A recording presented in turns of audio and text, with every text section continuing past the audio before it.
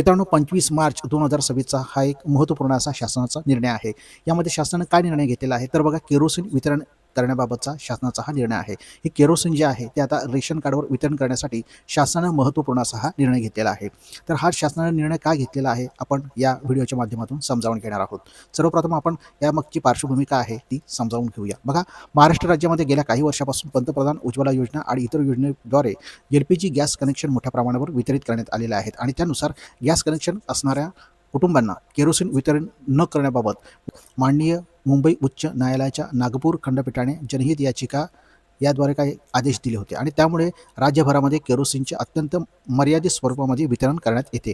परंतु आता काय झालं की सद्यस्थितीला भू राजकीय परिस्थितीमुळे एल-पी-जीचा तुटवडा जाणवत असल्याने केंद्र शासनाने दिनांक 12/3/2026 रोजीच्या आदेशान्वये राज्यामध्ये 3,744 किलो एवढे नियतन मंजूर केले आहे आणि त्या अनुषंगाने एल-पी-जीला पर्यायी इंधन म्हणून तात्पुरत्या स्वरूपामध्ये केरोसिन वितरित करण्याची बाब शासनाच्या विचाराधीन होती आणि त्या अनुषंगाने पुढील आदेश देण्यात येत आहेत.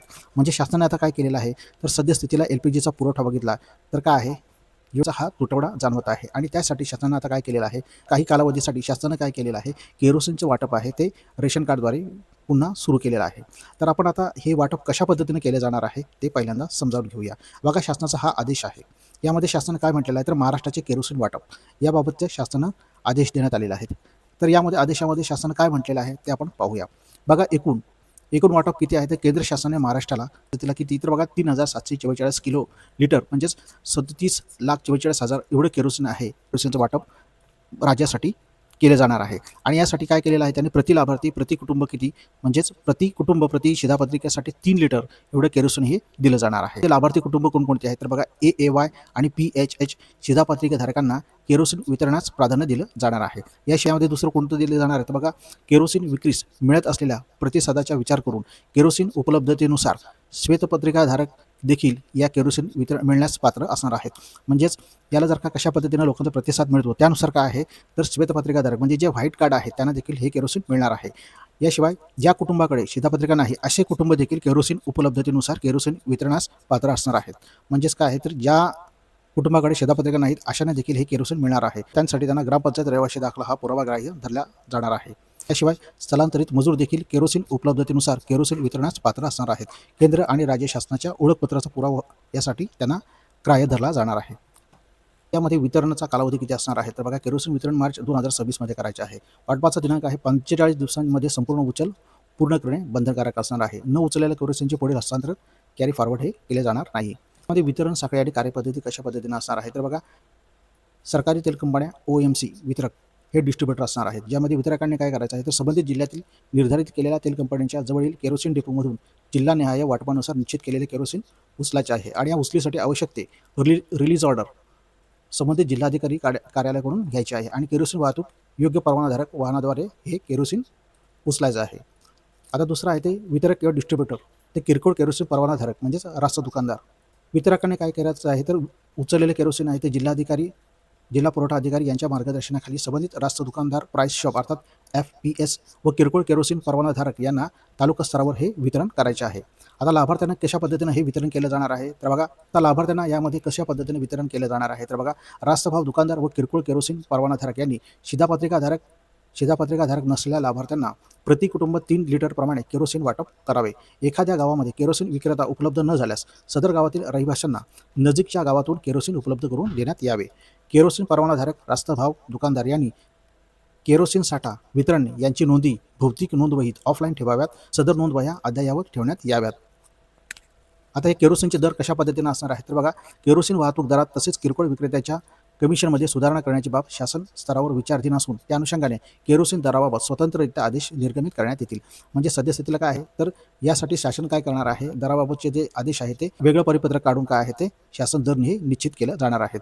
किती रुपया दराने हे केरोसिन वितरित केलं जावं यासाठी शासन काय केलं आहे, तर ते दर नंतर निश्चित करणार आहे. जिल्हानिहाय हे केरोसिन वाटप कशा पद्धतीने केले जाणार आहे, तर बघा, केंद्र शासनाने राज्यास 3,744 लिटर एवढे केरोसिन नियतन मंजूर केले आहे आणि हे किती, तर मार्च आणि एप्रिल 2026चे कंपनीनिहाय केरोसिन वाटप पुढील प्रमाणे आहे. मित्रांनो, हे मार्च आणि एप्रिलमध्ये केरोसिन वितरण केले जाणार आहे. तर इथे बघा, IOCL म्हणजे इंडियन ऑइल कॉर्पोरेशन लिमिटेड या कंपनीला 1,584 किलो लिटर, यानंतर BPCL Bharat petroleum corporation limited याला 1008 आणि HPCL याला 1152 म्हणजे 1744 किलोलिटर एवढे हे केरोसिन वाटप जिल्ह्याने केले जाणार आहे. ग्रामीण भागातील शिधापत्रिकाधारकांच्या संख्येच्या प्रमाणामध्ये संख्येच्या प्रमाणात मार्च आणि एप्रिल 2026चे कंपनीनिहाय व जिल्हानिहाय केरोसिन वाटप सोबतच्या परिशिष्टामध्ये जोडलेले आहे. आता हे परिशिष्ट आपण नंतर शेवटला बघूया की यामध्ये कोणत्या जिल्ह्याला किती केरोसिन मिळणार आहे.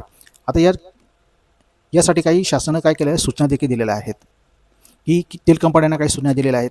या काय सूचना आहेत ते आपण बघूया. तर सार्वजनिक क्षेत्रातील तिन्ही तेल कंपन्यांना त्याकडील डिस्ट्रीब्युटरच्या उपलब्ध संख्येनुसार जिल्हानिहाय व कंपनीनिहाय टँक लोड निश्चित करावा. त्या अनुषंगाने संबंधित जिल्ह्याच्या जवळच्या डेपोतून केरोसिन वितरण करण्याचीच कार्यवाही करावी. जिल्हानिहाय वाटपानुसार केरोसिनचा पुरवठा तेल कंपन्यांनी काटेकोरपणे सुनिश्चित करावा. पण वाटपाच्या किमान 85% केरोसिन पहिल्या पंधरवड्यात सोडण्यात यावे. उर्वरित दुसऱ्या पंधरवड्यात प्रमाणात वितरित करावे, जेणेकरून महिन्याच्या शेवटच्या दिवशी घरगुती ग्राहकांसाठी उपलब्ध असेल. रिलीज ऑर्डर ROच्या आधारे त्वरित केरोसिन पुरवठा करावा. अनावश्यक विलंब टाळावा. सदर केरोसिन नियत व तात्पुरते सीन हे नियतन हे तात्पुरत्या स्वरूपाचे असून केरोसिनची मागणी उचल इत्यादी बाबींचा विचार करून सदर नियतनात सुधारणा करण्यात येणार आहे. तर अशा पद्धतीने या तेल कंपन्यांना सूचना याद्वारे देण्यात आलेल्या आहेत. याशिवाय त्या क्षेत्रीय कार्यालयांना काय सूचना देण्यात आलेल्या आहेत तर बघा, सद्यस्थितीला केरोसिन वितरण व्यवस्था कार्यान्वित नसल्यामुळे तसेच नागरिकांना असलेला प्रतिसाद पाहता सर्व जिल्हाधिकाऱ्यांनी स्थानिक मागणी व इतर मागणी विचारात करून तालुक्याचे वितरण स्वतंत्र आदेश काढावेत. तालुका स्तरावर वितरण व्यवस्था, रास्त भाव दुकानदारांचा प्रतिसाद, केरोसिनाची आवश्यकता तसेच मागणी व बाबींचा विचार करून गावनिहाय केरोसिन वितरणाचे स्वतंत्र आदेश काढावेत. केरोसिन वितरणाचे प्रमाण पाहता तालुका स्तरावर तहसीलदारांनी रास्त भाव दुकानदार अथवा किरकोळ केरोसिन परवानाधारकांचे गट स्थापन करून एकत्रितरित्या निश्चित केलेल्या स्थळावरून विहित कालमर्यादेमध्ये केरोसिन उचल करण्यास येईल याची खात्री करावी. किरकोळ परवानाधारक, रास्तभाव दुकानदार यांची यादी तयार करावी. किरकोळ परवाना देण्याबाबत दिनांक 20/3/2026 रोजीच्या पत्रान्वये दिलेल्या सूचनाप्रमाणे कार्यवाही करावी. त्यासाठी आवश्यक असलेला रिलीज ऑर्डर तेल कंपन्यांना वेळेत पाठवावे. जिल्ह्यातील वाटप, उचल, वितरण व शिल्लक याचा साप्ताहिक अहवाल अन्न, नागरी पुरवठा व ग्राहक संरक्षण विभागाला पाठवावा. केरोसिनच्या गैरवापराबाबत नजर ठेवण्यासाठी जिल्हा स्तरावर संयुक्त निरीक्षक पथक, तहसीलदार, पुरवठा अधिकारी यांचा गैरवापर नजर ठेवण्यासाठी जिल्हा स्तरावर संयुक्त निरीक्षण पथक, ज्यामध्ये तहसीलदार किंवा पुरवठा अधिकारी किंवा पोलीस यांनी स्थापन करावे. नियंत्रक शिधावाटप व जिल्हाधिकारी यांनी सदर केरोसिनचा वापर पेट्रोल डिझेलमध्ये भेसळ करण्याकरता होणार नाही याची काय करायची दक्षता घ्यायची आहे. अनाधिकृत विक्री किंवा गैरवापर आढळल्यास संबंधितांविरुद्ध जीवनावश्यक वस्तू अधिनियम 1955 अंतर्गत जे विविध आदेश पारित केलेले आहेत त्या अनुषंगाने कार्यवाही करण्यात यावी. त्यामध्ये अहवाल काय बघा, निरीक्षण अहवाल. तर तेल कंपन्यांनी दर आठवड्यास डेपोनिहाय उचल अहवाल राज्यस्तरीय समन्वयामार्फत शासनास सादर करावा.